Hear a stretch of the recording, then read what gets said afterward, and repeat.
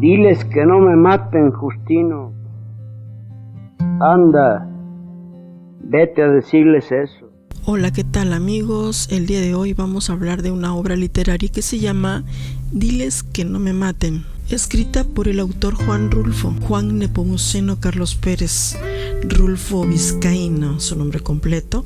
Él nació en 1917 a 1986, fue un escritor, guionista y fotógrafo mexicano, figura central de la literatura latinoamericana del siglo XX. Nació en Sayula, Jalisco, en el seno de una familia rural que experimentó directamente los estragos de la Revolución Mexicana y la Guerra Cristera, eventos que marcarían profundamente su obra. Su infancia estuvo marcado por la violencia y la orfandad. Estudió en Guadalajara y luego se trasladó a la Ciudad de México, donde trabajó en el Instituto Nacional Indigenista. Aunque su producción literaria es escasa en cantidad, es de una calidad inmensa y trascendental. Se le considera uno de los mayores exponentes del realismo mágico y un renovador de la narrativa moderna.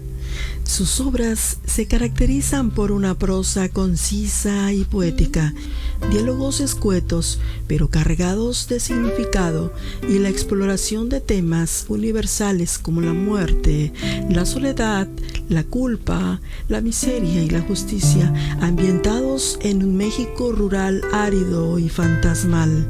Sus personajes, a menudo campesinos desamparados, son arquetipos de la condición humana. Sus obras cumbres son dos: la colección de cuentos llamado El Llano en Llamas de 1953 y la novela Pedro Páramo de 1955. Y Diles que no me maten forma parte de la primera obra. Diles que no me maten fue publicado en 1953 como parte de la aclamada colección de cuentos llamado El Llano en Llamas.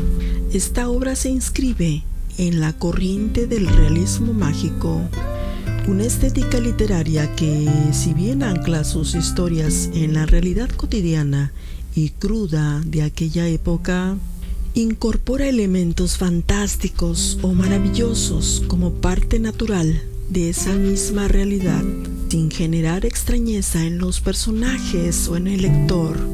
También se asocia con la literatura de la Revolución Mexicana y la narrativa rural mexicana, explorando las consecuencias humanas y sociales de estos conflictos que se viven en el campo. El cuento narra la súplica desesperada de Juvencio Nava.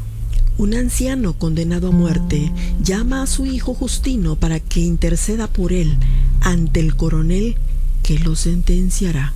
Juvencio está a punto de ser ejecutado por un crimen cometido hace 40 años, el asesinato de Don Lupe, un caporal a quien mató por un conflicto de tierras y de ganado.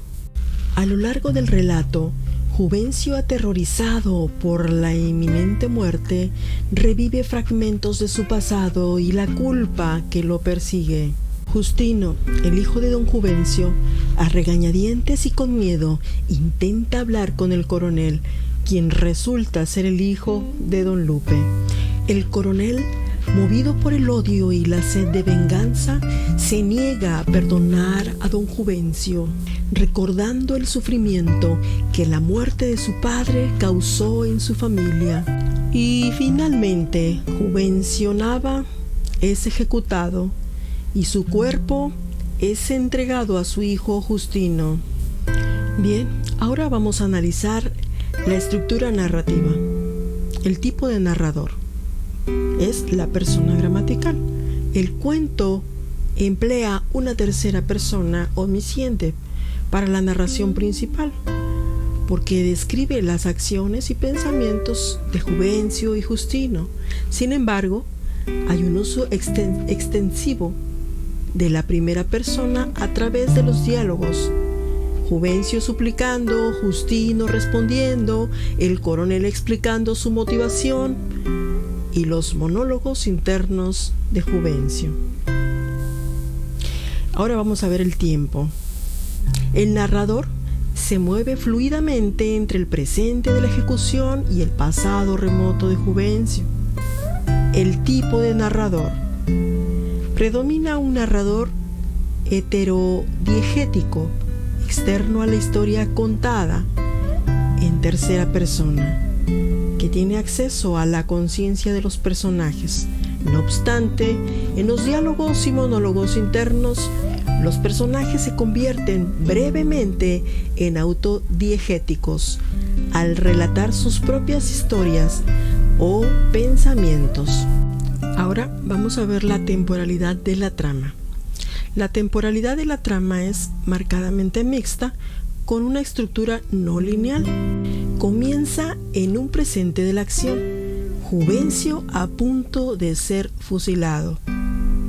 Abunda en analepsis. La historia se construye a partir de los recuerdos y pensamientos de Juvencio sobre el crimen de hace 40 años y las memorias del coronel sobre la muerte de su padre. Estos flashbacks son esenciales para entender la motivación y el contexto. Ahora veamos el espacio donde se desarrolla la historia. Esta historia se desarrolla en varios espacios que son crudos y desolados. Por ejemplo, la milpa, donde Juvencio Nava está escondido y donde lo encuentran, simboliza un apego a la tierra y su desesperación por sobrevivir. El patio o el lugar de ejecución es un espacio abierto e implacable donde se consuma el destino de Juvencio. La oficina o cuartel del coronel es un espacio de poder y autoridad donde Justino intenta infructuosamente interceder por su padre. El camino por donde Justino lleva el cuerpo de su padre, un trayecto final de carga y resignación. Todos estos espacios evocan la aridez, la violencia y la falta de esperanza del México rural, del México post-revolucionario. Vamos a ver el nivel de la historia. El cuento se desarrolla principalmente en un nivel intradiegético. Todos los eventos narrados, como la captura de Juvencio, el diálogo con Justino, la confrontación con el coronel, la ejecución, los recuerdos de Juvencio y el coronel forman parte de la historia principal, el universo narrativo primario. Los recuerdos no son una historia dentro de otra historia contada por un personaje, sino son parte de la misma trama que se revela a través de la memoria. Y bueno, ahora vamos a ver el modelo actancial de Greimas. Como podemos ver aquí en este modelo, en este esquema, el sujeto viene siendo Juvencio Nava y tenemos el objeto que es el sentimiento de querer sobrevivir, de querer ser perdonado. Ese es el objeto, el objetivo de Juvencio Nava, pero tenemos también el ayudante. ¿Quién va a ayudar a Juvencio Nava? Es su hijo de Juvencio, que se llama Justino, quien intercede, pero pues lamentablemente no tiene suerte, ¿verdad? Y el oponente, con el que habla Justino, es el coronel, el hijo de la víctima, quien pues que crece, llega a coronel y toma venganza por la muerte de su padre. Tenemos el destinador. El destinador es el sentimiento del instinto que lleva a Juvencio Nava a querer sobrevivir, el miedo que lo invade durante tantos años por querer sobrevivir también.